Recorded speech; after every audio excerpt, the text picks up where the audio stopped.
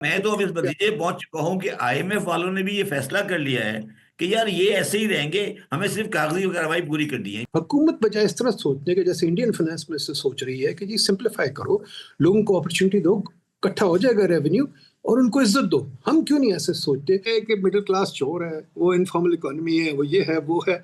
हमारा सारा नैरेटिव बनता है चोर से, उनका नैरेटिव बनता है ऑनरेबल सिटीजन्स। हम बातें करते थे जी जनूबी कोरिया ये कर गया, ताइवान ये कर गया, सिंगापुर ये ओ भाई मेरे अब हमसाया मुल्क हमसे कितने आगे निकल गए। हमारा जो ब्यूरोक्रेसी है, हमारा जो सिस्टम है, वो प्राइम मिनिस्टर को लाके वहां खड़ा कर देता है कि वो जाकर एक एम्बेरसिंग पोजीशन में चला जाता है। 92 में अगर मनमोहन सिंह 92 से लेकर 2024 तक इंडिया को यहां से निकाल के यहां ले जा सकते हैं वो लोग, तो हम क्यों नहीं कर सकते? हमारी जो इनकंसिस्टेंट पॉलिसीज है ना, इस पे बिजनेसमैन ये रियलाइज करके बैठा है कि यार ये यहाँ पर लॉन्ग टर्म इन्वेस्टमेंट नहीं करनी। 110 इदारे हैं जिनको वो कहते हैं हमने निजकारी में प्राइवेटाइज करना है।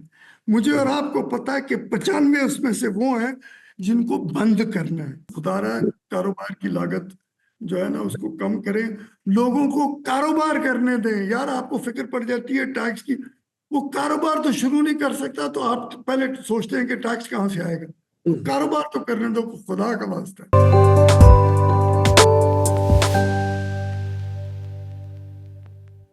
Welcome to CR socio economic insights analytics. As you know, हम आपको इकोनॉमिक खबरें ला के देते हैं और कोशिश करते हैं आपके साथ एक नैरेटिव बनाएं मिलके, जो कॉमी नैरेटिव हो, जिसमें हम कोशिश करें कि लोगों को इकोनॉमिक सूरत हाल समझ आए। जो टीवी पे तो माशाल्लाह पॉलिटिशियंस की तकरीरें चलती हैं, यहाँ हम इकोनॉमिक सूरत हाल पे कोशिश करते हैं बनाने की। तो आज हमने कहा है कि हम इंडियन बजट डिस्कस करें। इंडियन बजट आया है और बड़ा इंटरेस्टिंग बजट है। हमारे लिए इसकी बहुत रैमिफिकेशंस हैं, हमें इसको बड़े गौर से समझना चाहिए और देखना चाहिए। तो इसके लिए मैंने अपने साथ हमारे दो फेमस तजियाकार, इकोनॉमिस्ट, अकाउंटेंट्स वगैरह, there many things in one packet. एक तो शाहिद कारदार साहब हैं, former governor central bank. Shabbar Zaidi हैं, माशाल्लाह फॉर्मर चेयरमैन एफपीआर। दोनों किसी तारुफ के मोहताज नहीं, everybody knows them very well and everybody knows their writings and everybody knows their public persona. So without much ado, I'll go to them. Gee, which one of you wants to start telling us what do you like about the Indian budget and what the Indian budget is so significant for? मेरे ख्याल है क्योंकि सबसे ज्यादा अहम चीज उसमें taxation के हवाले से है, तो बेहतर है शब्बर उस पर जरा शुरू कर दे। मेरे भी अपने कुछ ख्यालात होंगे। ठीक है। पर सबसे बुनियादी वो, क्योंकि यहाँ पर इस मौजू पे बेशुमार बहस हो चुकी है पाकिस्तान में अपने टैक्सेशन के हवाले से, और लोग जितने तंग हैं ना सिर्फ उसके रजीम से और उसका जो ढांचा है, बस जो जिस तरह उसकी इम्प्लीमेंटेशन यहाँ पे एग्जीक्यूशन होती है। तो मैं शब्बर पर सजेस्ट करूंगा कि शब्बर जरा शुरू करें और उसके बाद उस पर मैं कहूँ और भी चीजें हैं जिस पर बात करना चाहूँ। शब्बर साहब बोलिए।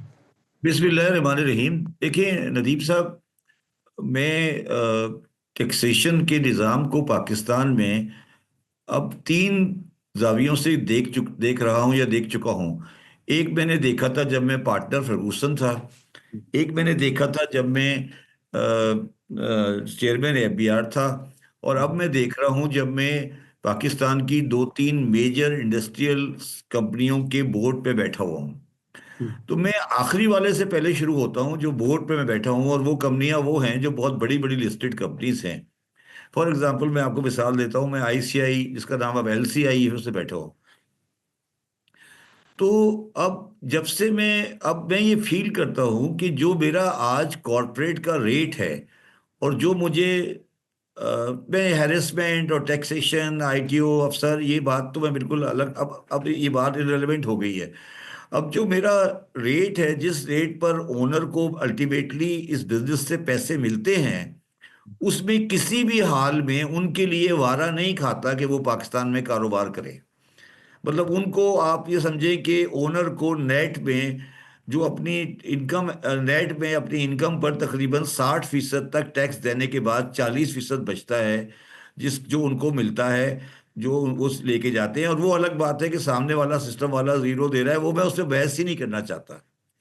तो अब मेरा इस वक्त मेरा जाती ख्याल है, शाहिद साहब इसको एग्री करेंगे, कि इस वक्त पाकिस्तान का सबसे बड़ा मसला टैक्सेशन में है।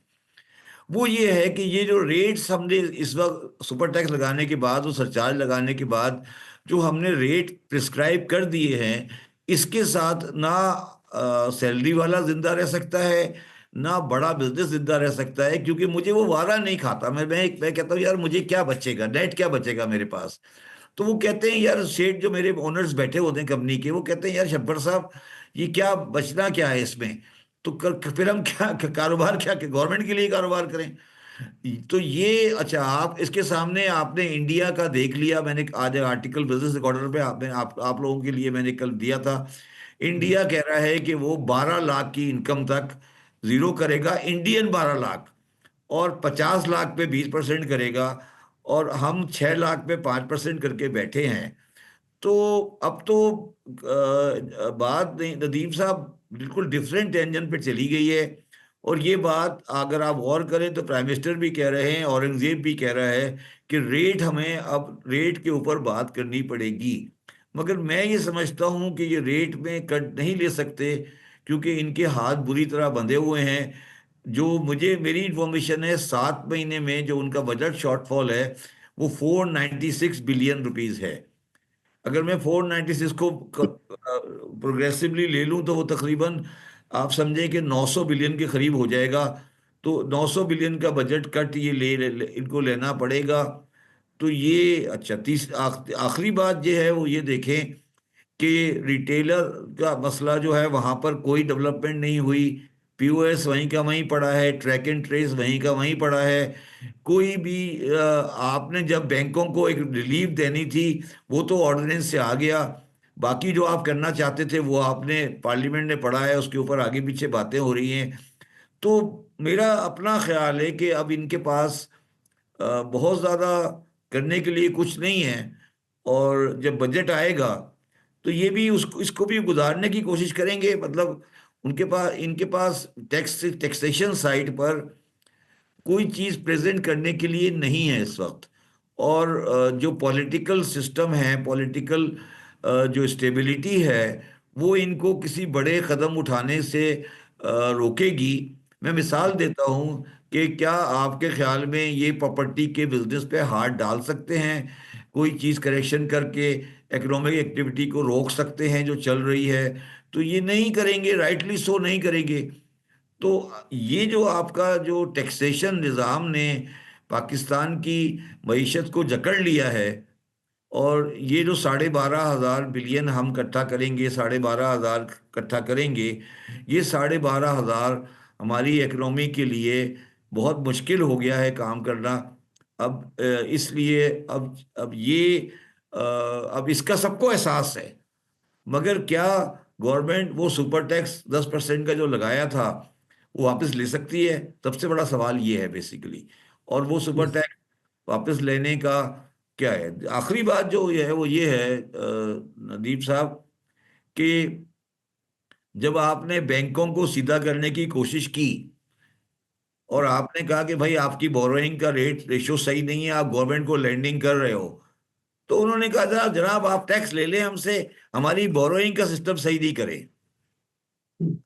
आप देखिए ना उन्होंने क्या कराया आपसे वापस, उन्होंने कहा यार हमारा ये government borrowing non government borrowing पे आप बात नहीं करें, आप टैक्स रेट हमारा बढ़ा दें।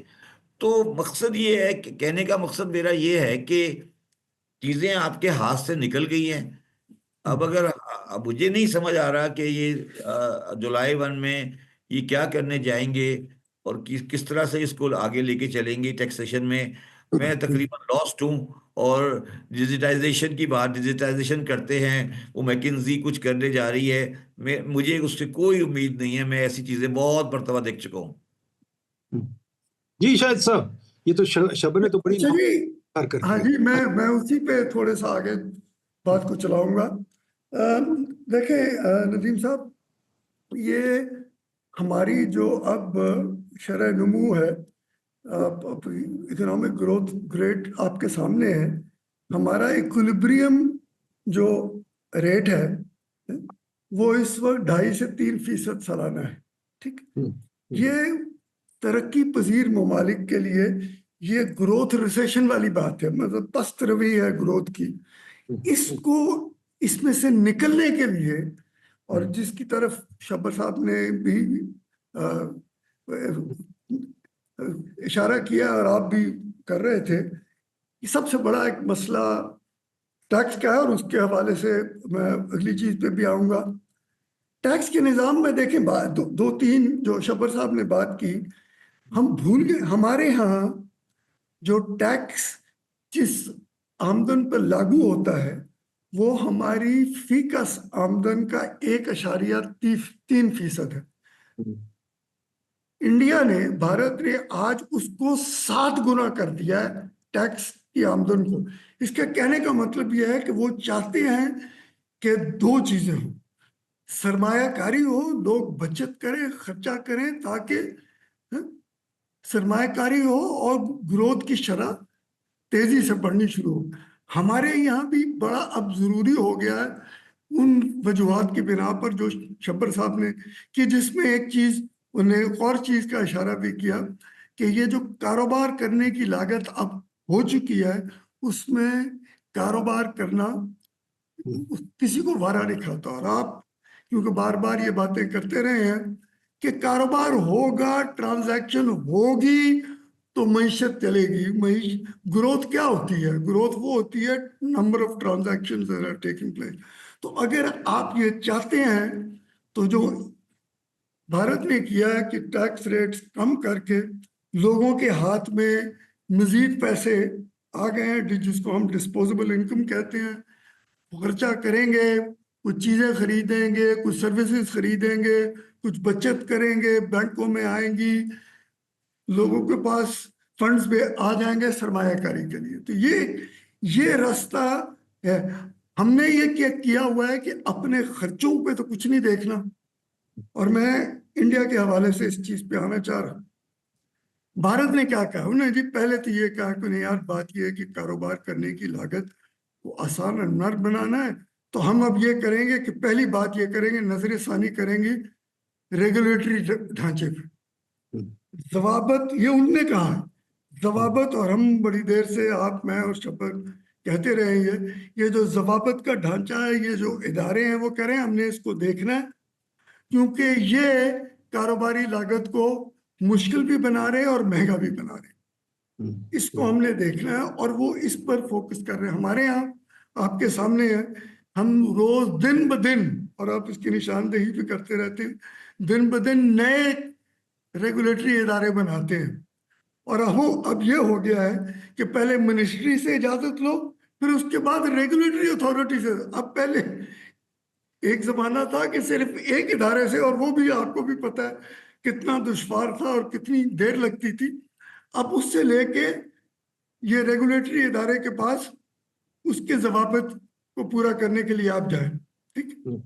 हम एक्सपोर्ट्स की बात करते हैं, वो तो यहां तक कह रहे हैं कि जी हम बरामदात जो कर रहे हैं उनकी हमायत के लिए दुनिया में जो नॉन टैरिफ इकदाम हैं उनको निमटने के लिए हम आएंगे, हम आएंगे। उन लोगों ने और क्या किया? एक्सपोर्ट्स के लिए उन्होंने क्या किया, और अपनी मईशत को और कंपेटिटिव बनाने के लिए उनने इंपोर्ट ड्यूटी के 7 रेट जो थे ना, शरह जो थी 7, वो खत्म कर दिए, रैशनलाइज कर दिया, माकूल कर दिया टैक्स, वो जो इंपोर्ट ड्यूटी का निज़ाम है और जो ढांचा है। और ताकि इजाजत जितनी भी है, इजाजतें तेजी से होनी शुरू हो जाए, और जो तरीक़ेकार है वो नर्म हो, और वो हर चीज को, जिसको हम कहते हैं प्रोसेस, उस प्रोसेस को तेज करने की, वो तो इस किस्म की बातें कर रहे हैं कि जी शराइत भी कम करनी है, और जो इजाजत का प्रोसेस है उसको भी तेज करना है। तो ये मेरे नजदीक ये बुनियादी बातें हैं। उसके अलावा जो उन्होंने एक दो बातें की हैं वो भी उसकी निशानदेही कर दूं। उन्होंने बड़े कुछ,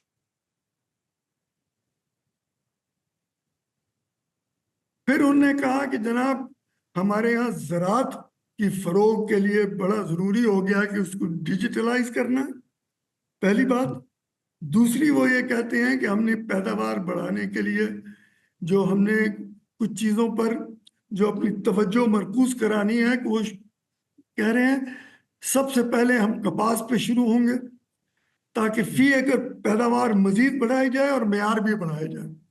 तो वो तो इस किस्म की जो उनकी विजन है, वो विजन ये कह रही है कि जनाब अगले 5 साल में, ये नहीं है कि सिर्फ एक बजट में करके खत्म हुई, वो कह रहे हैं जी हमारी ये विजन है अगले 5 से 10 साल में करना है, और बतदरीज ऐसे करेंगे। मैं स्टॉप नाउ, ताकि ये बात मैं इससे खत्म कर दूं कि वो ये सारा कुछ एक्सपोर्ट्स के लिए क्या कर रहे हैं। वो कह रहे हैं जी ग्लोबल सप्लाई चेन्स का हमने हिस्सा बनना बड़ा जरूरी है, उसमें घुसेंगे, और ये टैरिफ की रिफॉर्म, रैशनलाइजेशन, उसको माकूल करने के तरीके से ही होगा, इसके अलावा नहीं। को वो बड़े वाज़े अंदाज में इस चीज को बयान कर रहे हैं।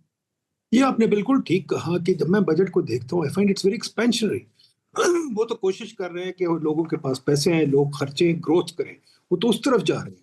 और माशाल्लाह देखा जाए तो मैं देखता हूँ जिधर देखो एग्जाम्पशन बढ़ा दी, वो रेंट की एग्जाम्पशन भी बढ़ा दी, इनकम टैक्स भी बढ़ा दी। उन्होंने कहा जी ये पर है, प्रॉपर्टी टैक्स भी उन्होंने कम कर दिया। हर जगह उन्होंने वैल्यूज बढ़ा दिए ताकि आपको और पैसे आपकी जेब में और आप और इन्वेस्ट करें। शबर साहब, ये इतना एक्सपेंशनरी बजट। नदीम, नहीं, सिर्फ मुझे एक, एक बात, वो नदीम सिर्फ साहब, मैं लोगों के आपकी, हवाले से भी, लोगों के भी हवाले से एक चीज बड़ी मेरे लिए बड़ी इंटरेस्टिंग थी कि उन्होंने कहा कि यार ये जो हमने ड्यूटी लगाई हुई है ना, ये जो जिनको हम कहते हैं जिंदगी बचाने वाली दवाइयाँ, 36 दवाइयों पे उन्होंने कहा जी ड्यूटी खत्म कर दो। बिल्कुल। तो लेकिन कह रहे हैं फॉर एग्जांपल डिविडेंड पे भी टैक्स इन्होंने कम कर दिया है, उस पे भी थ्रेशोल्ड कम कर दिए हैं, नदीम इवन साहब, मैं, पे नदीम उन्होंने साहब, मेरा कहा। मेरा एक जी आपसे डिफरेंट सवाल है। जी जी, मेरा बताइए। डिफरेंट सवाल आपसे ये है कि हम तीनों बैठे हुए हैं, हम तीनों इंडियन बजट के बारे में बात कर रहे हैं, हम्म, ठीक है। हम्म, हम्म, आज के बजट को आए हुए 4 दिन हो गए हैं, हम्म, ठीक है। हम्म, हम्म, आपने किसी पाकिस्तानी मीडिया में इंडियन बजट के बारे में कोई गुफ्तगू सुनी है, कोई लेक्चर सुना है, कोई कागज देखा है, कोई आपके पास, मैंने, मेरा आर्टिकल आज छपा है इंडियन बजट के बारे में, वो आप पढ़ लें, ठीक है। उसके साथ एक और पाकिस्तानी इकोनॉमिस्ट का एक आर्टिकल छपा हुआ है, मैंने देखा कोई जर्नलाइज का, आप मुझे बताएं कि वो जो एक जर्नलाइज थ्योरीज वो पेश कर रहे हैं, और हम्म। इंडियन बजट को उन्होंने पूरा इग्नोर किया हुआ है और हमने भी पूरा इग्नोर किया हुआ है, तो क्या इस माइंड सेट के साथ, वो तो बात बात की है ना कि हम क्या करें, क्या इस माइंड सेट के साथ हम जिंदा रह सकते हैं कि हमारे पड़ोस में या हमारे साथ में जो हमारे कल्चर से मिलता हुआ था, उसको हमने कहा कि हम इसकी तो बात ही नहीं करेंगे। देखिए ना, आप मुझे बताइए कि किसी अखबार ने, किसी पेपर ने, किसी ने कुछ बताया कि इंडियन बजट ने क्या किया, कैसे किया, क्यों किया, वो किस तरफ जा रहे हैं। हम तो कल 5 तारीख को, परसों, कल या हाँ पर कल हम कश्मीर डे बना के और अपनी कहानी पूरी करके साइड पे हो जाएंगे, यही होगा ना सर। मगर मैं तो अब इस नतीजे पे पहुंचा हूं सर कि ये जो कुछ भी हो रहा है, ये कोई गलती से नहीं हो रहा, ये हम चाहते ही ये है। बिल्कुल सही, I fully agree with you. मेरा ख्याल हम चाहते ही यही है, और क्वाइट फ्रैंकली हम किसी और को देखना नहीं चाहते, किसी से सीखना नहीं चाहते। हम अपने आप ही समझते हम अकले कुल हैं। अब मैं मोटी मोटी बात अगर देखूं तो इंडियन बजट डेफिसिट भी कोई इतना खास नहीं है, 4.2% है। वो 4.2% ऑफ उसमें जीडीपी। वो नहीं, पर उसमें स्टेट वाला सूबों का तो नहीं है ना शामिल, तो वो सब तक। पर हाँ, आई थिंक उनके यहाँ भी हमारी तरह सूबों पे कंडीशन है कि वो they can't run a deficit, और can they run a deficit. Of course they can, पर वो देखें ना उनका, आप देखें, पर असल बुनियादी बात यह है कि आप उन लोगों ने डेफिसिट अगर रन भी कर रहे हैं, आप उसको गौर से देखें, उन लोगों ने करने की क्या कोशिश की है। वो कह रहे हैं कि जी हमारी प्रायोरिटाइजेशन अखराजात की क्या होगी। हमारे यहाँ तो हमने अपने पर खर्चे तो नहीं कम किए ना। वो कह रहे हैं कि हमने जो प्रायोरिटाइजेशन करनी है खर्चों की, वो रीप्रायोरिटाइज करना है, ये अब वो वाला काम नहीं होगा। हम तो वो करने को तैयार नहीं। तो उस हद तक बात आपकी और शब्बर की बुनियादी तौर पे बिल्कुल बजा है कि हम अपनी जो है ना तरीक़ेकार, अपनी सोच, वो हम तब्दील करने को तैयार नहीं है। हमसाया ममालिक कहाँ से कहाँ निकल गए, पहले एक जमाना था, आपको याद होगा, हम बातें करते थे जी, जनूबी कोरिया ये कर गया, ताइवान ये कर गया, सिंगापुर ये। ओ भाई मेरे, अब हमसाया मुल्क हमसे कितने आगे निकल गए। सो अब, और अब भी हम हमसाया मुल्कों की बात, शायद हम सर उन उसमें बड़ी तक को नहीं देखते कि वो क्या कर चुके हैं। इंटरेस्टिंग बात शायद साहब ये है कि सैलरी में उन्होंने ये किया है कि सैलरी का स्लैब चेंज नहीं किया, क्योंकि वो चाहते हैं कि वो सारे बंदे डॉक्यूमेंटेशन में रहें। उन्होंने 12 लाख तक वाले सैलरी को डिबेट दे दिया है। तो हाँ देखिए जी, ना, वो भी एक बड़ी इंटेलिजेंट मूव है ना। उन्होंने कहा कि जी ये नहीं हो कि सैलरी वाला गायब ही हो जाए मेरे सिस्टम से। उन्होंने उसको रखा है सिस्टम में, मगर उसको 12 लाख तक रिबेट दे के जीरो टैक्स कर दिया है। तो मतलब ये कि जो कुछ भी हो रहा है वो बड़ी सेंसिबली हाँ हाँ, वो उन्होंने कहा सोच कि समझ जी के। फैलाएंगे। हाँ, अच्छा, एक और बात बड़ी मजेदार है, मैंने सुनी नहीं एक एक। और चीज, सॉरी जी नदीम, एक और चीज जी। वो ये अब कर रहे हैं कि जो कानून है ना, उसके अल्फाज जो है ना, वो कह रहे हैं कि उसमें जो वो आती है ना इंटरप्रिटेशन की, वो गुंजाइश लोगों के लिए, वो कह रहे नहीं, इसको आसान करके ऐसा करना है कि लोगों में इंटरप्रिटेशन मुख्तलिफ मुश्किल मुख्तलिफ तरीकों की ना हो सके। तो वो भी हम्म। ये, ताकि कंप्लायंस की जो कॉस्ट है वो भी कम हो जाए, सिंप्लिफिकेशन का कानून की भी, शरह की भी हो जाए, और ये कि वो जो अल्फाज हैं इस्तेमाल किए जा रहे कानून में, उनमें समझ बूझ में कोई किसी किस्म की कोई कंफ्यूजन ना हो। शायद साहब आप अगर उनका बजट डॉक्यूमेंट उठाएंगे ना, उस बजट डॉक्यूमेंट के साथ उन्होंने एक मेमोरेंडम इशू किया है। और मेमोरेंडम जो आपने बात की है, उस मेमोरेंडम में उन्होंने कानून को पूरी तरह एक्सप्लेन कर दिया है कि ये इसका मतलब है और इसको इस तरह अप्लाई होना है। कोई ये नहीं है कि आईटीओ या ट्रिब्यूनल या सुप्रीम कोर्ट या पाकिस्तान कोर्ट डिसाइड करेगी कि मतलब क्या है। उन्होंने गवर्नमेंट ऑफ इंडिया का मतलब वाजे कर दिया है। तो मतलब शायद साहब देखें, बात अब यहाँ पे ये आती है कि मैं, नदीम साहब और आप बैठकर इंडियन बजट के बारे में गुफ्तगू कर रहे हैं। क्या पाकिस्तानी सोसाइटी ये एक्सेप्ट करने को तैयार है कि इंडिया हमारे लिए एक कंपैरेबल पोजीशन है? ये सवाल है। देखिए, बिल्कुल आप दोनों ने बड़ी अच्छी बात की, मैं इसके साथ एक और बात ऐड कर दूं। मैंने एक छोटा सा क्लिप सुना इंडियन फाइनेंस मिनिस्टर का, जो वो एनडीटीवी के साथ बयान दे रही है। उसमें एक बड़ी मजेदार उसने बात की कि मोदी साहब, उस बंदे ने पूछा आपको सबसे ज्यादा ऑपोजिशन कहाँ से आई। उसने कहा जी कि ये ऑपोजिशन, हम लोग तो, मोदी साहब ने हमें कहा हम करने की कोशिश कर रहे हैं, सिंप्लीफाइड टैक्सेस हम करने की कोशिश कर रहे हैं, कौम को छूट दें और एक अपना निजाम बनाने की। सबसे ज्यादा ऑपोजिशन जो हमें आई ब्यूरोक्रेसी से आई, ब्यूरोक्रेसी चेंज करने को तैयार नहीं थी। उसने एक और बड़ी मजेदार बात की जो हम नहीं कहते। उसने कहा कि हमारे जो ऑनरेबल कैश पेयर्स है, term honourable tax payer, sorry honourable tax payers, और हमारी मिडिल क्लास अपने आप को ऑनर समझती है टैक्स देने के लिए, और हम वो टैक्स देते हैं, और हमने उनकी बात सुनी और हमने टैक्स लोअर किए। ये देखना बड़ा चेंज ऑफ नैरेटिव है। अब कट रहे हैं। कि मिडिल क्लास चोर है, वो इनफॉर्मल इकोनॉमी है, वो ये है वो है। हमारा सारा नैरेटिव बनता है चोर से, उनका नैरेटिव बनता है ऑनरेबल सिटीजन्स जो टैक्स देने की कोशिश करते हैं, जो चाहते हैं टैक्स देना। क्या आप भी सोचते हैं ये एक सिग्निफिकेंट चीज है, या ये वैसे ही मैं सुन रहा हूँ? जी शबर साहब। देखिए बात ये है ना, दो तीन बातें हैं सर। एक तो आप ये भी रियलाइज करें ना कि जो जो खातून ये बात कह रही है, उसका बैकग्राउंड भी देखें, उसकी कल्चर भी देखें। जब वो अपने वालिद से मिलने गई थी तो उसके वालिद घर में कुर्सी का एक एक एक हत्था टूटा हुआ था। ठीक है ना। तो आप उनकी उनकी असेंबली की सीटें भी देख लें। तो सर ये तो एक कल्चरल पोजीशन है ना। और मेरा तो व्यू ये है कि अगर आप इंडियन बजट को, जैसे मैंने एक आर्टिकल आज लिख दिया है, और मैं समझता हूं कि पाकिस्तान में अगर आप इस चीज को आगे प्रमोट लेकर आएंगे तो पाकिस्तानी लोग इसको समझेंगे। और अब ये टाइम बैरियर खत्म हो गया है। और मैं अभी भी समझता हूं कि डिस्पाइट हमारा इस्लामाबाद नहीं समझ रहा, मगर आम आदमी अब इन चीजों को समझ रहा है। और आप देखिएगा, मैं और आप, हम तीनों बात कर रहे हैं, ये इसका असर होगा। और ये मेरा ख्याल में आहिस्ता आहिस्ता हो रहा है। बट ये कि हमारे जो हाथ हैं वो बंधे हुए हैं। अब ये हाथ कैसे खुलेंगे, that is the main point. देखिए ना नदीम साहब, अगर मैं औरंगजेब की जगह पर आज हूं तो वो ये कहेगा कि यार 12,900 आता है, ठीक है, 12,500 आता है, तुम कह रहे हो कि सुबह टैक्स खत्म कर दूं, यही कहोगे ना। तो तुम्हारा, तुम सुबह टैक्स खत्म कर दूंगा तो मेरा तो ये यहां से कुछ 2,000 निकल गया। तो मैं कैसे अफोर्ड कर सकता हूँ 16 इसको इसको सुपर टैक्स को खत्म करने को। अब सवाल ये है कि औरंगजेब के पास अब क्या ऑप्शन है। मैं और आप तीनों बाहर बैठ के तो हम उस पर तनकीद कर सकते हैं, मगर क्या हम औरंगजेब को ये कह सकते हैं कि सुबह खत्म कर दो?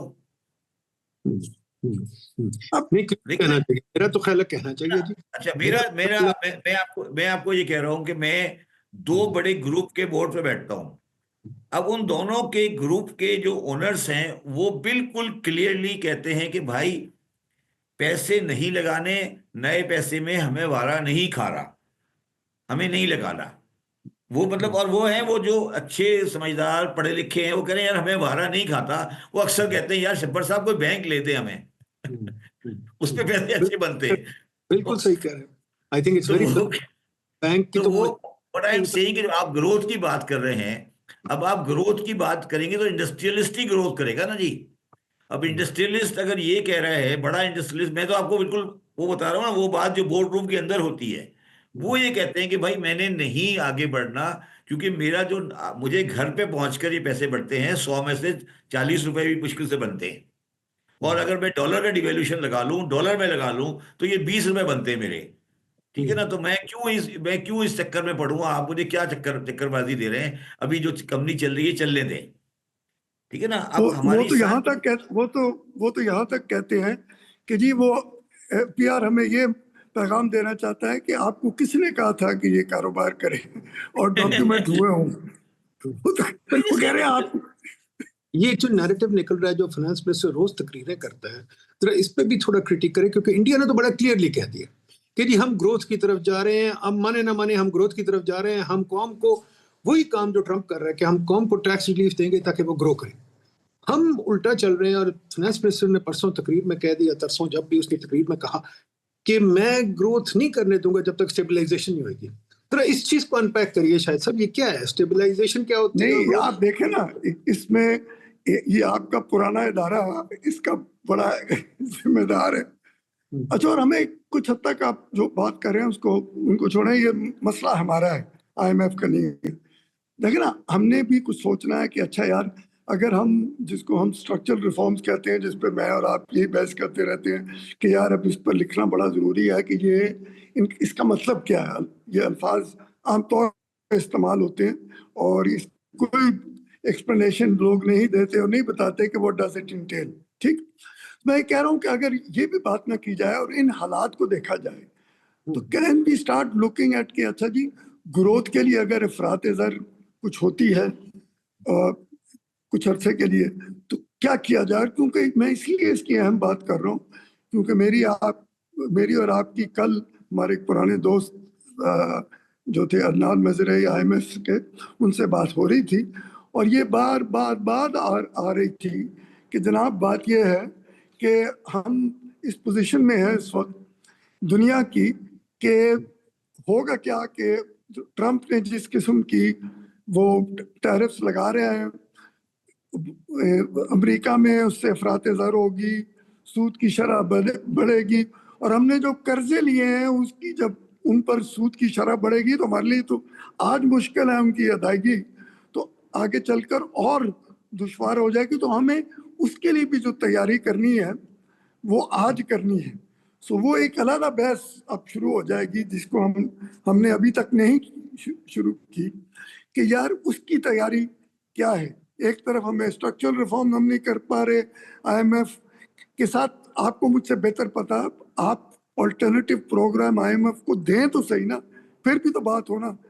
हमारी तरफ से कोई ऑल्टरनेटिव प्रोग्राम नहीं आता कि जी हम अपने मसाइल का हल कैसे करेंगे। और ये हम सबको पता रातों रात नहीं होगा, ये 40 दिहाई का नुस्खा हम आज फंसे हुए हैं। तो ये ऑल्टरनेटिव प्रोग्राम जो मैं आप और शबर कहते रहते हैं कि खुदारा ऑल्टरनेटिव प्रोग्राम की बात की जाए, क्यों नहीं, अगर आप बता सकें कि जी हम अपने मसाइल का हल ऐसे और इस तरतीब से और इस अरसे में करेंगे, मैं मानने को तैयार नहीं हूँ कि आईएमएफ से बात नहीं हो सकती। बिल्कुल आई एग्री सही। कैसा, मैं इसमें एक और डायमेंशन आपके सामने रखना चाहता हूँ। देखिए, कल सिंध असेंबली ने एग्रीकल्चर इनकम टैक्स का बिल पास कर दिया। ठीक है, यूनानिमस पास कर दिया कल। ठीक है, और अभी आप जाकर टीवी खोलें और चीफ मिनिस्टर सिंध और उनके मिनिस्टरों के बयान सुने, और वो कह रहे हैं कि सारा बोझ हमारे पे ट्रांसफर कर दिया गया और ये तो बनता नहीं है। तो आप ये टेक्निकली मुझे ये कह रहे हो, सिंध का चीफ मिनिस्टर ये कह रहा है कि मेरा कोई इरादा नहीं था, ना मैं करना चाहता हूं, आपने मुझे और ना दिया मैं है, करूंगा। ना मैं करूंगा, ना मैं करूंगा, आपने मुझसे करवाया है तो मैंने ये कागज पास कर दिया है। देखिए ना, सवाल यहाँ पे ये नदीम साहब, हमें ये क्वेश्चन डिस्कस करना है ना कि आप चीफ मिनिस्टर ऑफ सिंध को क्यों नहीं आप सवाल करते कि भाई आपने ये बयान क्यों दिया है? आप बताएं ना, ये आपने ये बयान दे दिया, कल आपने रही टैक्स का बिल पास किया, आज आपका बयान चल रहा है टीवी पर कि मैं ये जबरदस्ती हमारे से कराया गया है, आईएमएफ पाकिस्तान को तबाह कर रहा है, इनडायरेक्टली उसने ये कहा है। ठीक है, तो अब अगर chief minister of a big province ये कह रहा है, तो भाई उससे पूछोगे यार तुम फिर क्या क्या कह रहे हो तुम? अब क्या आपका सवाल है? अच्छा, और बोलते हैं बड़ी बड़ी इंटरेस्टिंग बात है कि पंजाब ने अभी तक नहीं एक्ट को अमेंड नहीं किया। उसमें ऐसा उसमें पंजाब में, शरह वगैरह का कोई जिक्र नहीं है, पंजाब के एक्ट में कुछ नहीं है अभी तक। हाँ, तो मैं ये कह रहा हूँ ना, तो सर अब इसका सवाल ये है ना, सवाल अब ये है कि एग्रीकल्चर इनकम टैक्स या एग्रीकल्चर बिजनेस या जो कुछ भी है, तो इसका मतलब है कि ये सिर्फ और सिर्फ आईएमएफ के अगले आने वाले प्रोग्राम को ये लिखवाना कि हमने सूबाई असेंबलियों से एनेक्ट करा लिया, यही लिखना है ना, एक टिक द बॉक्स है ना जी। ये बस, हाँ बस इतना ही है, इतना ही है कि जी आपने कहा था कि जनवरी तक, जनवरी 2025 तक आपने कानून पास करवाना है, वो जी हमने करवा दिया, हाँ, तालियां। कहता अच्छा, क्या कल करोड़ से कल ऊपर इनकम पे टैक्स होगा, बाकी नीचे तो ऐसी देखा दिखा दाखी है, बस कुछ भी नहीं है नहीं, उसमें। पर अगर लतीफ साहब, मैं तो आपको ये कह रहा हूँ ना, मैं आपको इसकी लाइव एग्जांपल बताता हूँ। जब मैं मिनिस्टर था सिंध का फाइनेंस का, तो मैंने एक दिन पूछा किसी से कि ये एग्रीकल्चर इनकम टैक्स का डिपार्टमेंट कहाँ है? हम्म, तो उन्होंने कहा नहीं, बोर्ड ऑफ रेवेन्यू में। मैं वहां गया, वहां मुझे बंदा नहीं मिला। खैर हम्म, मैंने पूछा, नहीं कोई तो बंदा होगा, वो सेक्शन ऑफिसर या कोई। उन्होंने कहा नहीं जी, ये हैदराबाद है। हम्म, तो हम्म, मैं गाड़ी पकड़ के हैदराबाद चला गया। जब हम्म, हैदराबाद में गया तो वहां भी मुझे बंदा नहीं मिला। तो मैंने पूछा भाई कौन है? थोड़ी देर बाद उन्होंने एक जाके मुझे एक डेस्क के सामने बिठा दिया। तो एक हम्म, सेक्शन ऑफिसर आया, उसने कहा जी मैं एग्रीकल्चर इनकम टैक्स देखता हूँ। जब मैंने हम्म। उसे दो तीन सवाल, उसने खुद ही कहा, कहने लगा सर मैं तो कुछ भी नहीं करता, इन लोगों ने मुझे कहा था आपको बिठा दें इसलिए कि आप मिनिस्टर हैं।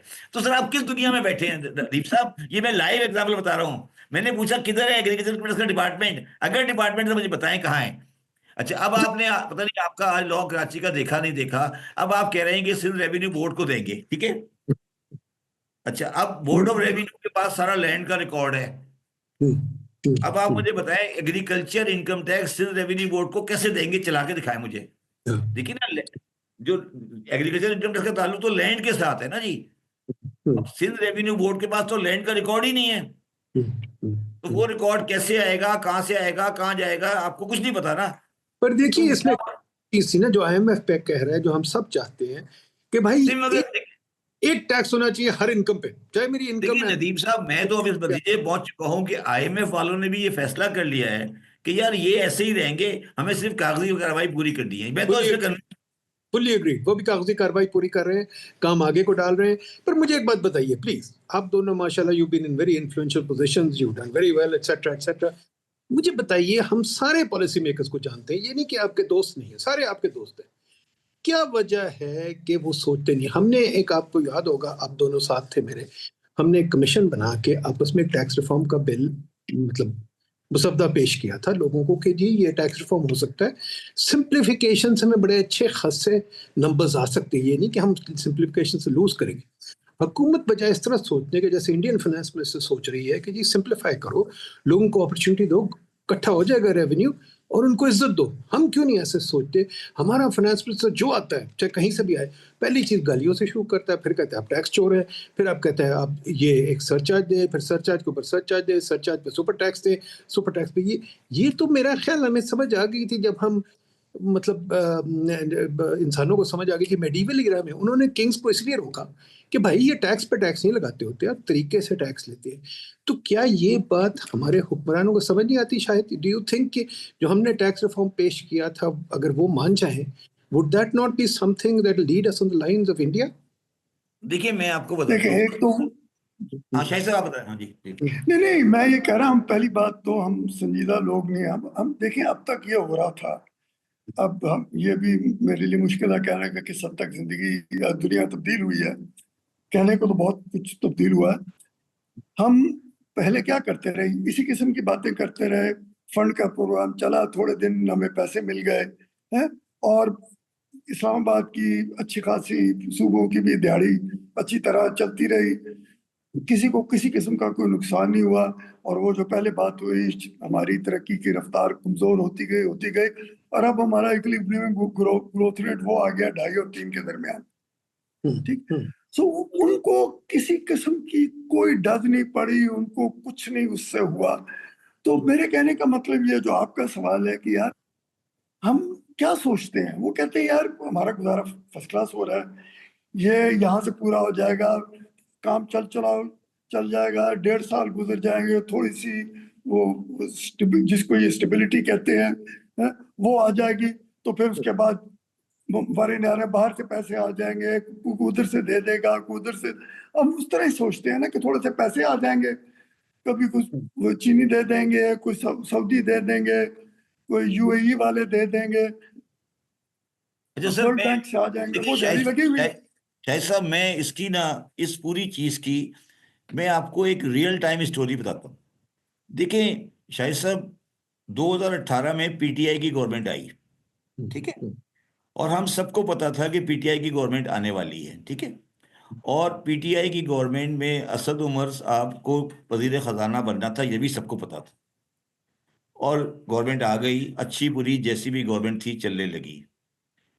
एक दिन मैं और नदीम, ये नकवी साहब, जो आरिफ नकवी साहब थे, वो इमरान खान के पास गए और हमने इमरान खान साहब को कहा कि सर, ये जो आपकी कहानी चल रही है, ये कहानी हमें कैश के अमाउंट में मिलती हुई नजर नहीं आ रही।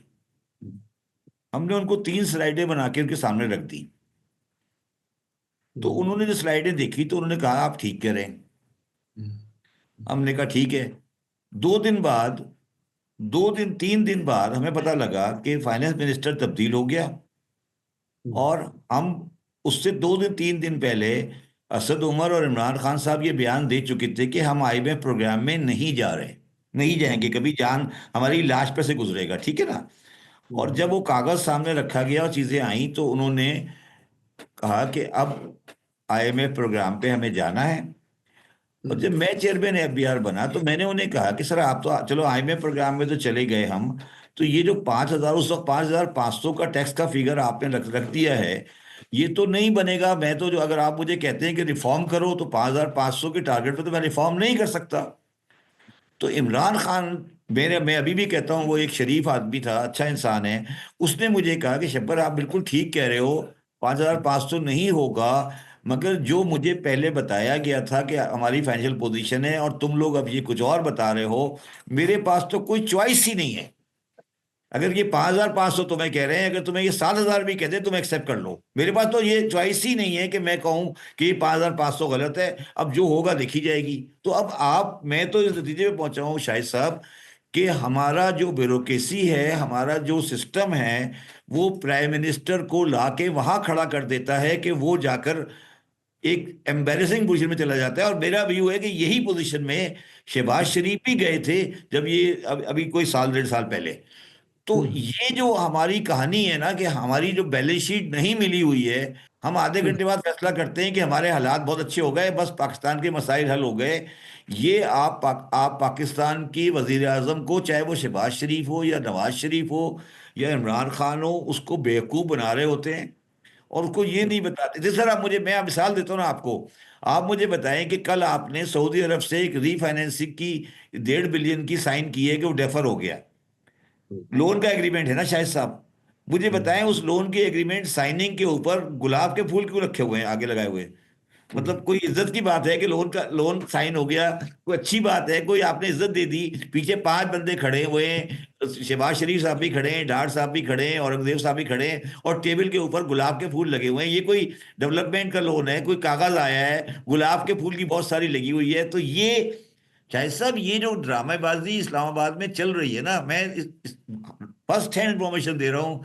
इमरान खान की, जब ये वर्ल्ड बैंक का आईएमएफ आया है और ये सारा फाइनेंस मिनिस्टर चेंज हुआ है, और क्या उस आदमी की शक्ल से मैं देखता था, जब वो एक आदमी जो कि इकोनॉमिक्स से वाकिफ नहीं था, मैं उसकी शक्ल देखता था कि वो मेरी तरफ शक्ल देख के कहता था कि यार ये मुझे ये बताया गया था कि हम 100 दिन में बड़े कामयाब जा रहे हैं, अब तुम सारे मुझे कह रहे हो कि हम हमारी तबाही की तरफ जा रहे हैं। तो ये आप मुझे ये बताएं कि ये इतनी सडन चेंजेस या इतनी सडन ये जो हमारे यहाँ आते हैं, ये क्यों आते हैं? हमें ये सोचना चाहिए ना सर। बिल्कुल हमें ये सही कह रहे हैं शायद साहब, ये शायद बता साहब, प्लीज। नहीं, हाँ, can I सॉरी, just मैं go एक बात back? एक बात और ऐड करूंगा, एक बात और ऐड जी करूंगा। जी आप में सबको रिक्वेस्ट करूंगा, अगर आपने नहीं पढ़ी तो आप 1990 की 1990 या 1992 की मनमोहन सिंह की वो स्पीच पढ़ें जो उसने बजट की स्पीच दी थी। ये उस वक्त का टाइम है जब इंडियन इंडियन करेंसी का ये हाल था कि उन्हें अपना गोल्ड ट्रांसफर करना पड़ा था स्विट्जरलैंड में। राइट। ठीक है। और अगर आप उनके मसाइल को पढ़ें, 1992 की बात कर रहा हूँ, 90 या 92 की बात कर रहा हूँ, तकरीबन तकरीबन 90% प्रॉब्लम वो थे जो पाकिस्तान में आज हैं। और ये ज्यादा पुरानी बात नहीं है, मैं 77 की बात नहीं कर रहा, मैं 92 की बात कर रहा हूँ। तो सर 92 में अगर मनमोहन सिंह 92 से लेकर 2024 तक इंडिया को यहां से निकाल के यहां ले जा सकते हैं वो लोग, तो हम क्यों नहीं कर सकते? वेरी गुड पॉइंट जी शायद साहब। अच्छा, नहीं, दो चीजें। एक तो मेरा ख्याल है हमारे यहाँ एक वो कल्चर वाला भी इशू है जिसको हमारी जो तहजीब सफा तो उसको तब्दील करना है, कोई तरह माइंडसेट को तब्दील करना है तो आसानी उसकी दो वजूहत है। एक तो ये है कि जो हमारी सियासी क़यादत है उसकी भी कॉम्पिटेंस वाली और नॉलेज वाला एक बहुत बड़ा सवालिया निशान है। सो वो बात वहां से शुरू होती है। और मैं उस पे आगे चलता हूँ कि वो जो ब्यूरोक्रेसी की आपने बात की, क्योंकि ये सियासतदानों ने अपनी कोई मेहनत नहीं की होती। अब जैसे शब्बर कह रहे हैं कि जी 2018 में उनकी हुकूमत आनी थी, ठीक है। अच्छा, अब वो आनी थी, उन्हें कोई तैयारी की हुई थी? सबको पता था वो आ रहे हैं, उनको खुद पता था। ये भी पता था कि असद उमर को, मैं अच्छा नहीं लगता किसी का नाम लेना, कि जी वो फाइनेंस मिनिस्टर बने, उनकी मैं समझना चाहता हूँ क्या तैयारी थी। ठीक है। अच्छा, ब्यूरोक्रेसी की और वजूहात आपको भी पता है, और मंजूर साहब आपके हमारे दोस्त बड़ी अच्छी बात करते हैं। वो कहते हैं यार, हर किस्म का जब कोई रिफॉर्म लेके गए हैं तो उसको सबसे पहले उसको गोली से किसने उड़ाया? वो ब्यूरोक्रेट ने उड़ाया, एफबीआई ने उड़ाया। ब्यूरोक्रेट ने कि सर ये तो रेवेन्यू का लॉस हो जाएगा जी, फलां हो जाएगा, ढींग हो जाएगा। और सियासतदान की अपनी तैयारी, और मोर इम्पोर्टेंटली जो आप बात कर रहे हैं कि यार ये बाकी लोग जो बातें कर रहे हैं, ये अपना पाइट की वो स्पॉन्सरशिप के तहत वो जो काम हुआ था, यार उसको भी देखते हैं, उनको बुलाओ तो सही ना। वो उनकी बात, गोरों की बात सुनने को तैयार है। जो लोगों ने काम यहाँ पे किया होता है, वो जो बैठा भी हुआ है, और जो जैसे आप हमें याद करा रहे हैं हमको जानता भी है। किसी ने, चलो मुझे और आपको नहीं बुलाया, शब्बर को तो जानते थे, ये उन्हीं उन्हीं लोगों के टैक्स एडवाइजर रह चुके थे, उसको तक को नहीं बुलाया। आप मुझे और मेरी अपनी बात कर रहे हैं। और मैं ये कह रहा हूँ कि ये बना के लोगों को पेश किया कि यार ये है। और हम नहीं कह रहे कि हम अकले कुल हैं, आके डिस्कस कर लेते हैं। किसी ने कभी कोशिश की ना? सियासतदान, ब्यूरोक्रेट तो जाहिर है सुनने को तैयार नहीं, पर सियासतदान ने भी कोशिश नहीं की सुनने की। अमल तो बहुत दूर की बात है। कोई नहीं सुनता। बच्चे ने आखिर में एक बात बताइए आप दोनों, अगला बजट जो आ रहा है, अब इंडियन बजट आपने देख लिया, माशाल्लाह आपने जिंदगी लगा दी इस काम में, you know this very well. Shabar साहब, अगले बजट में आप क्या एडवाइस करेंगे औरंगजेब को? अभी से दे दे ताकि वो तैयारी कर ले। इस वक्त क्या एडवाइस करेंगे औरंगजेब को कि हम सब मानते हैं, कोई नहीं कहता टैक्स कम करो, हम सब कहते हैं कि टैक्स तरीके से लगाओ, तरीके से रेवेन्यू आ जाएगा, एक्सपेंडिचर को कंट्रोल करो। हम उल्टा चलते हैं, टैक्स लगाते हैं और एक्सपेंडिचर बढ़ा देते हैं, फिर हम रोते हैं कि नहीं आ रहा पैसा। तो आप क्या एडवाइस करेंगे टैक्स पॉलिसी के बारे में कि मैं अगले मैं में क्या? मैं ये एडवाइस करूंगा कि आप कॉरपोरेट का रेट पे सुपर टैक्स को निकाल दें और रिस्क ले लें। हम्म, हम्म, और दूसरा, आप सैलरी टैक्सेशन में भी रिस्क ले लें, रिबेट दे दें। तो ये जो आपका जो मोमेंटम है, ये आपको रिस्क रिस्क वाली बात है ना, रिस्क ले लें। ब्यूरोक्रेट आपको ये कहेगा कि जब आप ये कम कर रहे हैं तो आपका रेवेन्यू कम हो जाएगा। ब्यूरोक्रेट हम्म, आपको ये कागज ला बना के देगा कि चल आप 13,000 हैं, अगले साल का तो 15,000 होना है, ये जो करने जा रहे हैं इससे तो ये 12,500 रह जाएगा। ये हम्म, ब्यूरोक्रेसी की पोजीशन होगी। आपकी पोजीशन जो होनी चाहिए वो रिस्क लेने वाली होनी चाहिए। और आईएमएफ को आप ये बताएं कि जी मैं ये नहीं कहें कि मैं रिटेलर से ले लूंगा या एग्रीकल्चर से ले लूंगा या इससे ले लूंगा। आप ये बताएं कि जी मैं ग्रोथ ऑफ इकोनॉमी से पैसे ले लूंगा, मैं हम्म, पकड़ सकता हूं, मेरे पास जगह है। अपने लोगों पर एतमाद करें, अपने लोगों पर ये रियलाइज करें कि पाकिस्तान में 25 करोड़ लोग रहते हैं, और 25 करोड़ लोग आखिर रोटी भी खा रहे हैं, खाना भी खा रहे हैं, चीजें कर रहे हैं, तो वो आखिर कहीं ना कहीं तो डॉक्यूमेंटेशन आती जाएगी, टैक्स आता जाएगा। तो ये इस गवर्नमेंट को रिस्क ले लेना चाहिए कि कॉरपोरेट का टैक्स रेट जो है, जो मैक्सिमम टैक्स रेट है, उसमें सुपर टैक्स निकाल दे, और सैलरी पे जो इंडिया ने 12 लाख तक किया है वो 12 लाख तक कर दे, और डिस्पोजेबल इनकम इनकम को बढ़ा दे, डिस्पोजेबल इनकम का रेट बढ़ा दे, डिस्पोजेबल अवेलेबिलिटी बढ़ा दे। वो पैसा मार्केट में ही आएगा, कहीं इधर उधर नहीं जाएगा। और अगर इससे ज्यादा भी रिस्क लेना चाहते हैं तो 1% सेल टैक्स का रेट भी कम करें। और आपने जो बड़ी अच्छी बात की कि ये एग्रीकल्चर इनकम टैक्स का, चाहे वो कानून में ये पोजीशन है कि सूबाई असेंबलियां इनेक्ट करें, मगर टैक्स पेयर के पॉइंट ऑफ व्यू से सिर्फ एक काउंटर होना चाहिए फेडरल बोर्ड ऑफ रेवेन्यू का, और वहीं से सबको टैक्स रिसीव हो। ये नहीं हो सकता कि इनकम की, एग्रीकल्चर इनकम का कहीं और हो रहा है, ये कर दें और इसको खत्म कर दें। मेरे पास एनटीएन, वही एनटीएन एग्रीकल्चर इनकम टैक्स का होना चाहिए, वही एनटीएन इनकम टैक्स का होना चाहिए, कोई दो दो एनटीएन नहीं होने चाहिए। इसके ऊपर आप अपना काम करें।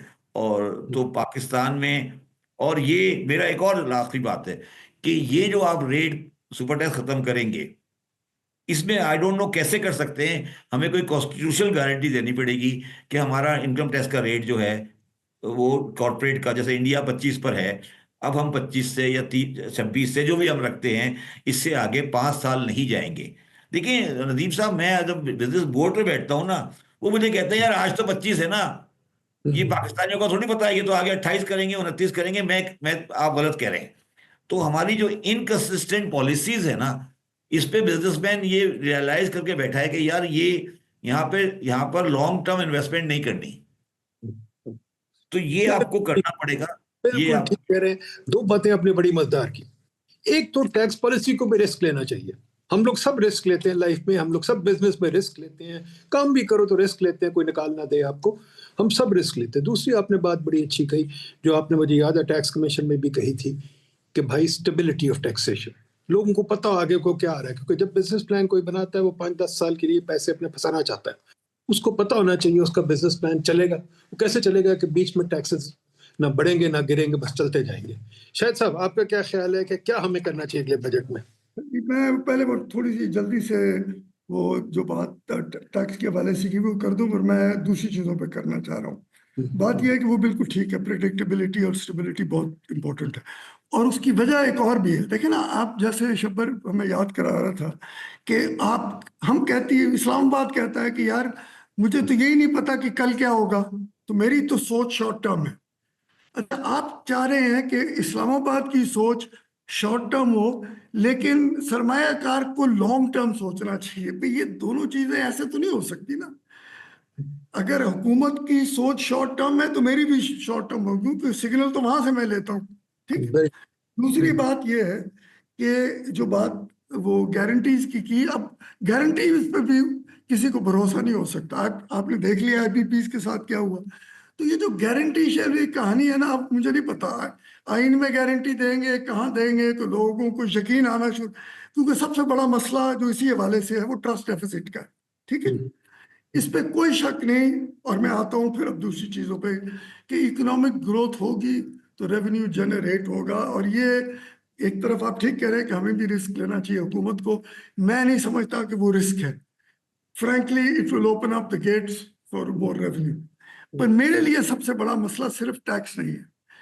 जितनी देर तक हुकूमत का हुजूम आप कम नहीं करेंगे, और मैं वफाकी हुकूमत और मैं सूबाई हुकूमतों की बात कर रहा हूँ, ये उसके बगैर ये इदारे इतने ज्यादा जो हैं, वो जितनी देर तक आप कम नहीं करेंगे।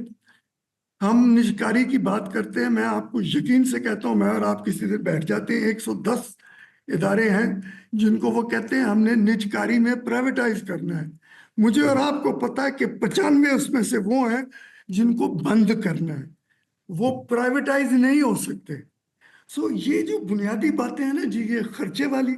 और फिर खर्चा आपके सामने है पीएसडीपी वाला। और मैं पीएसडीपी की इसलिए बात कर रहा हूँ, ना सिर्फ कि वो इतना हुजम है और कितने साल खत्म होगा। मैं और आप आज देख रहे हैं कि वो हुकूमत कह रही है हमने डेफिसिट का कंट्रोल कर लिया। कैसे कर लिया? आपके सामने पीएचडी पे खर्चा नहीं कर रहे, पर आपको भी पता है, मुझे आपने ठेका दिया हुआ है, मेरा मिलिट्री तो चल रहा है ना, तो वो जो लाइबिलिटीज हैं, कॉस्ट ओवर रन हैं, वो साथ साथ चल रही हैं आपके सामने, किसी को नहीं पता।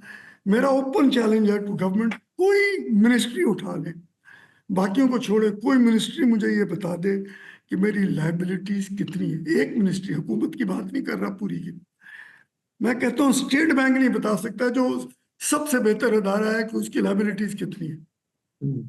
Open challenge.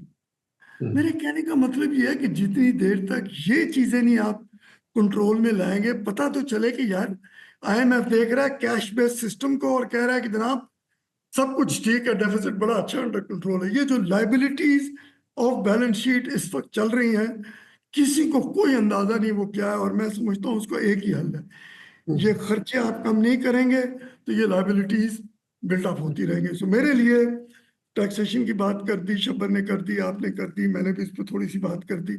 ये खर्चे वाली साइड बड़ी अहम है, और ये रेगुलेटरी फ्रेमवर्क बहुत अहम है। आप लोगों का अपना काम है कि 122 रेगुलेटरी अदारे सिर्फ इस्लामाबाद के तहत है, फेडरल वफाकी हुकूमत के तहत है, सूबों में अपने हैं। मेरे कहने का मतलब है खुदारा कारोबार की लागत जो है ना उसको कम करें, लोगों को कारोबार करने दें। यार आपको फिक्र पड़ जाती है टैक्स की, वो कारोबार तो शुरू नहीं कर सकता तो आप पहले सोचते हैं कि टैक्स कहाँ से आएगा। तो कारोबार तो करने दो, खुदा का वास्ता है।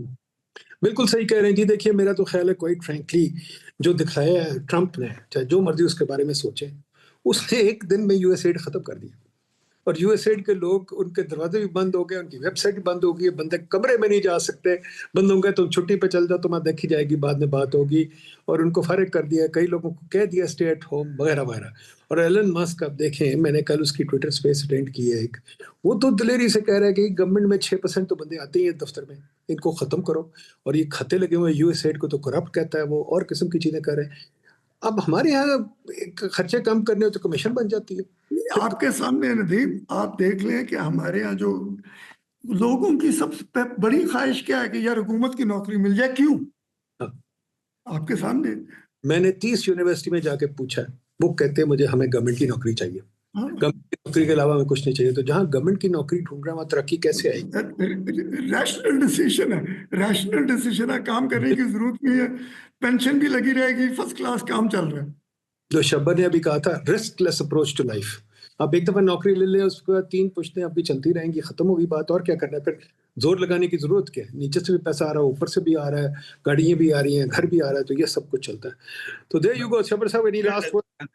नदीम साहब, मगर मगर जो खबर आ रही है वो थोड़ी सी डिफरेंट आ रही है। वो ये आ रही है कि अगली एमनेस्टी स्कीम आ रही है। अब वाकई?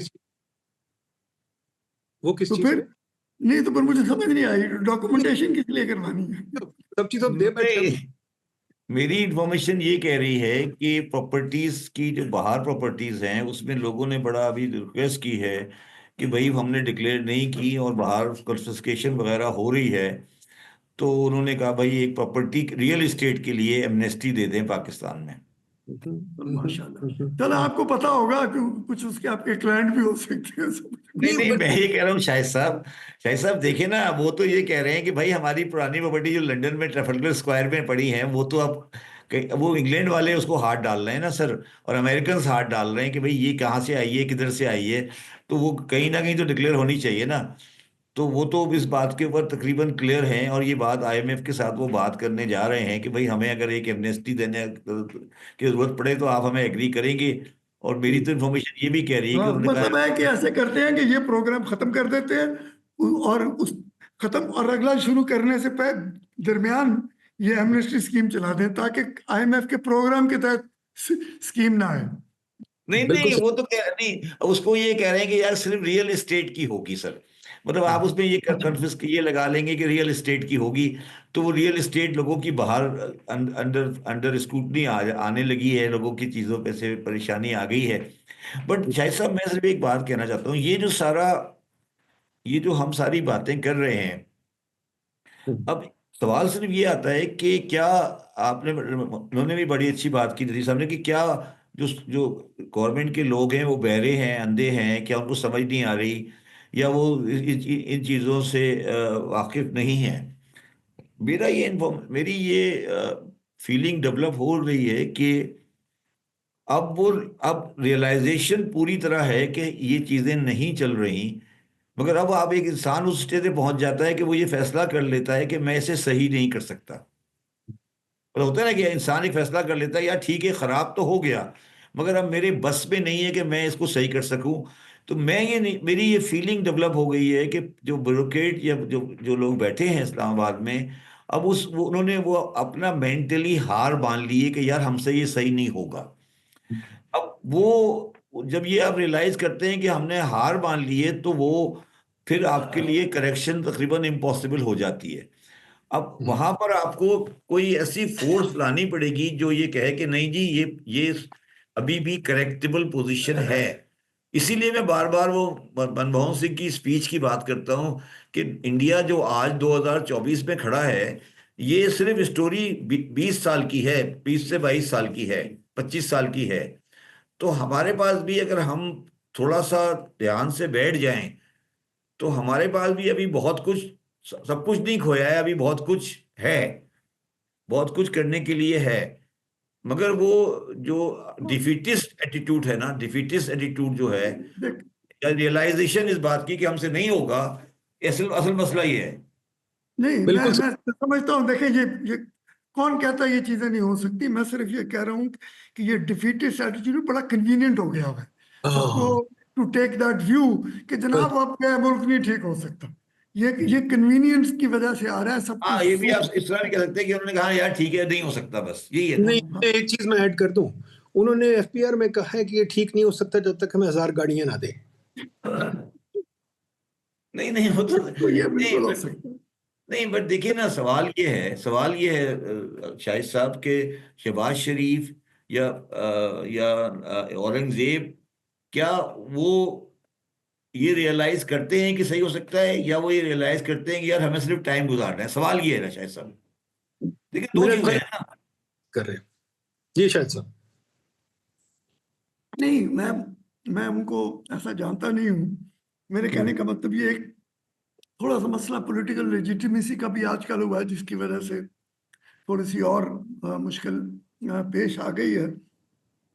पर बात बुनियादी ये है कि हम किस हद तक खुद समझते हैं कि यार तब्दील होने वाली, किस हद तक मैं अपनी मराद खुद कम करने को तैयार हूँ। आपको असल मतलब याद तो है ना कि आप कह रहे हैं कि मैंने तुम्हारी बेल्ट कसनी है, लेकिन मैंने अपनी बेल्ट थोड़ी सी और ढीली करनी है। ये दोनों चीजें तो नहीं हो सकती ना। ये कहना कि जी मैं अपनी बेल्ट ढीली इसलिए कर रहा हूं कि मैं बेचार हूं, बेबस हूं, ये मैं सारी मानने को तैयार नहीं हूं। सो ये सबको मेरा ख्याल है, मैं लोगों के नाम लेना अच्छा नहीं लगता।